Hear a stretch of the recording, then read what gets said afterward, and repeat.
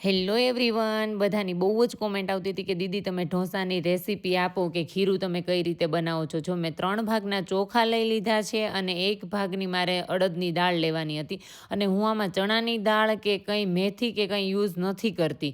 અને પછી મેં એને 3 પાણીએ વોશ કરી નાખ્યું હતું અને પછી મેં એને 7 કલાક માટે મૂકી દીધું હતું. અને જો મેં અત્યારે ચેક કર્યું તો મસ્ત એકદમ પલ્લી ગયું હતું. એટલે પછી મેં એને છે ને ક્રશ કરવાનું ચાલુ કર્યું ને ક્રશમાં મેં છે ને 1 ચમચો ખાટું દહીં નાખ્યું હતું. કેમ કે મારે અહીંયા છે ને કોલ્ડ હોય છે ને બહુ, મતલબ ઠંડુ વાતાવરણ છે ને, એટલે -7 છે અને ફીલ લાઈક -13 છે. એટલે મેં છે ને એને 7 કલાક માટે પાછું મૂકી દેવાનું હતું એને આથો આવવા માટે.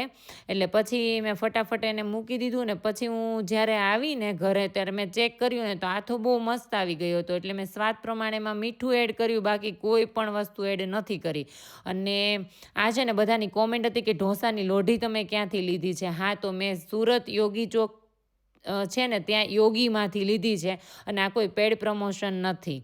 અને પછી બીજી વાત કે તમે જે મેં સુરત બનાવ્યા હતા ને એનું પણ આવતું હતું કે એ લોઢી તમે ક્યાંથી લીધી છે. તો એ લોઢી મેં સમ્રાટ સોસાયટી સાગર પાસે આવે ને લંબે હનુમાન રોડ ત્યાંથી લીધી છે. એટલે બધાને મેં આ જ સજેશન આપ્યું છે કે તમે ત્યાંથી લ્યો, કેમ કે બહુ મસ્ત ઢોસા બને છે. એટલે ફૂલ બટર નાખી દીધું હતું ને 2 મિનિટ રહેવા દીધું હતું. અને મારે છે ને એ સગડી ટાઈપનો ગેસ આવે એટલે થોડી વાર લાગે છે, પણ મસ્ત ક્રન્ચી બની ગયો હતો ઢોસો. બહાર ખાઈએ ને એવો જ બન્યો હતો. એટલે જો તમને વિડીયો ગમ્યો હોય તો લાઈક કરજો, શેર કરજો અને કોમેન્ટ કરવાનું ભૂલતા જ નહીં. નેક્સ્ટ કંઈ પણ રેસીપી જોતી હોય ને તો મને કોમેન્ટ કરી દેજો.